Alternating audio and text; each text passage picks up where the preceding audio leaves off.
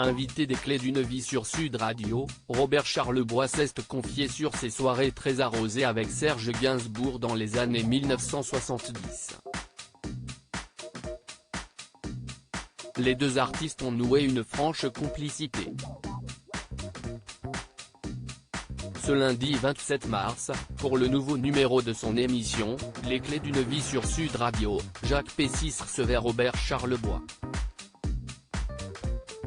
L'infatigable chanteur de 78 ans est en promotion de son nouveau spectacle Charleboiscope qu'il donnera ce week-end au Grand Rex de Paris.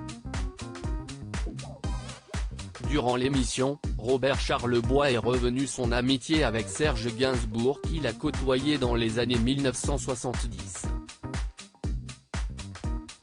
Il m'emmenait dans des endroits où il était toujours reçu à bras ouverts face à Jacques Pessis. L'artiste québécois s'est confié sur ses moments passés avec l'interprète de la javanaise, Charlotte Gainsbourg, était petite.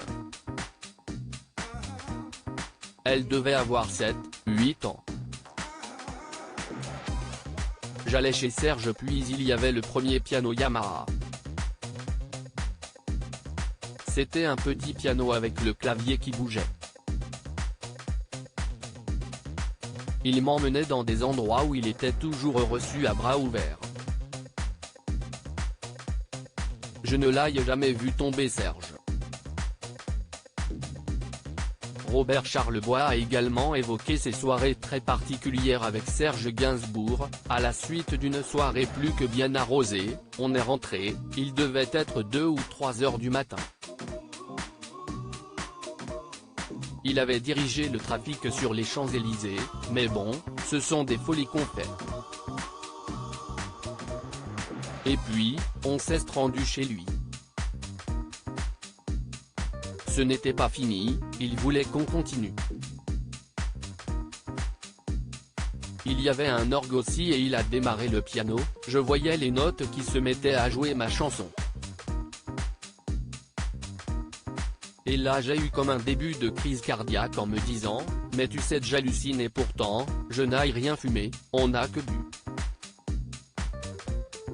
J'ai eu la chance de passer des soirées inoubliables avec lui au fil des années. Robert Charlebois a noué une franche complicité avec Serge Gainsbourg qui n'hésitait pas à l'inviter en soirée et aussi chez lui.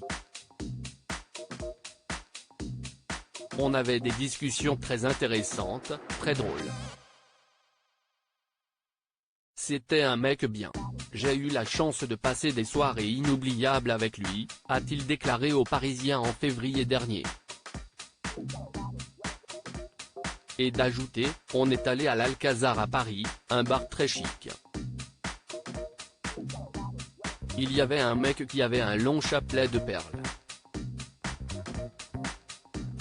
Serge a dit, regarde, Robert, ce mec-là doit être mormon.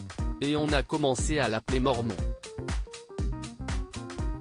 À lire aussi Robert Charlebois se confie sur la drogue et évoque son secret pour ne pas tomber dans l'addiction.